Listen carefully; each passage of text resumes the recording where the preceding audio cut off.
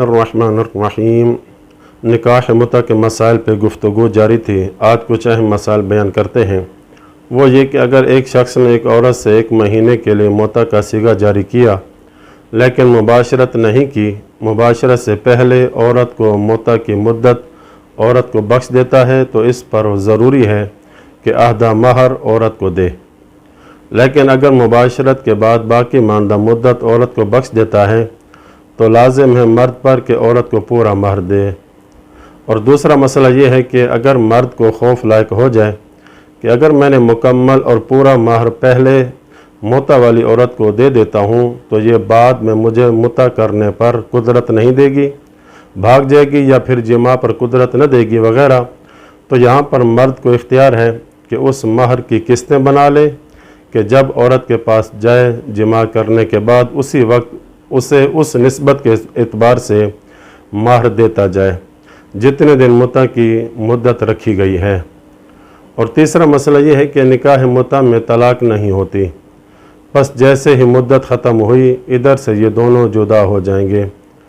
अब ये ऐसे हैं जैसे नाहमारम होते हैं, पर्दा औरत पर वाजिब हो जाएगा वगैरह। और जब मुता की मुद्दत ख़त्म हो गई तो औरत पर वाजिब है कि इद्दत रखे, और मर्द के लिए जायज़ नहीं है कि मुता वाली औरत जिसने मुता वाली इद्दत रखी हुई है उससे रजू करके दोबारा उससे बग़ैर सीगे के रजू करें।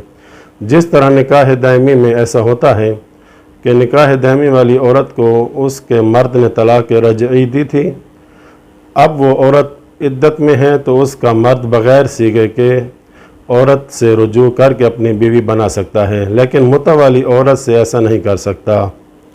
तो इस औरत से दोबारा सीगा मुता या दायमी निकाह पढ़े तब इसकी बीवी बनेगी, वगरना नहीं। और दूसरी बात यह कि निकाह दायमी में और निकाह मुता में यानी दोनों में गवाहों का होना ज़रूरी नहीं है। बग़ैर गवाहों के निकाह दायमी भी दुरुस्त है और निकाह मुता भी दुरुस्त है। बाज़ मोमिनीन ये सवाल अक्सर पूछते हैं कि क्या निकाह मुता के ज़रिए मर्द और औरत में मीरास का हक़ साबित होता है?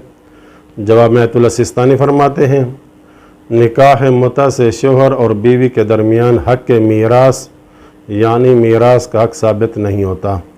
यानी ना मर्द मुता वाली औरत से मीरास पा सकता है और ना ही औरत मुता वाले मर्द से मीरास पा सकती है, लेकिन जो इनके बच्चा जो पैदा होगा वो इन दोनों से मीरास पा सकता है।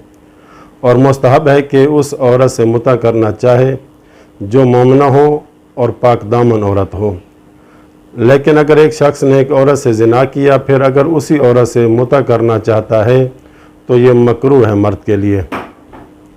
निकाह दायमी में ये शर्त थी कि अगर एक मर्द ने औरत से ज़िना किया फिर अगर उसी औरत से दायमी निकाह करना चाहता है तो पहले एहतियात वाजिब था कि औरत पहले तौबा करे, फिर वही मर्द उसी औरत से शादी कर सकता है। लेकिन निकाह मुता में ऐसा नहीं है, फ़कत मकरूह कहा गया है।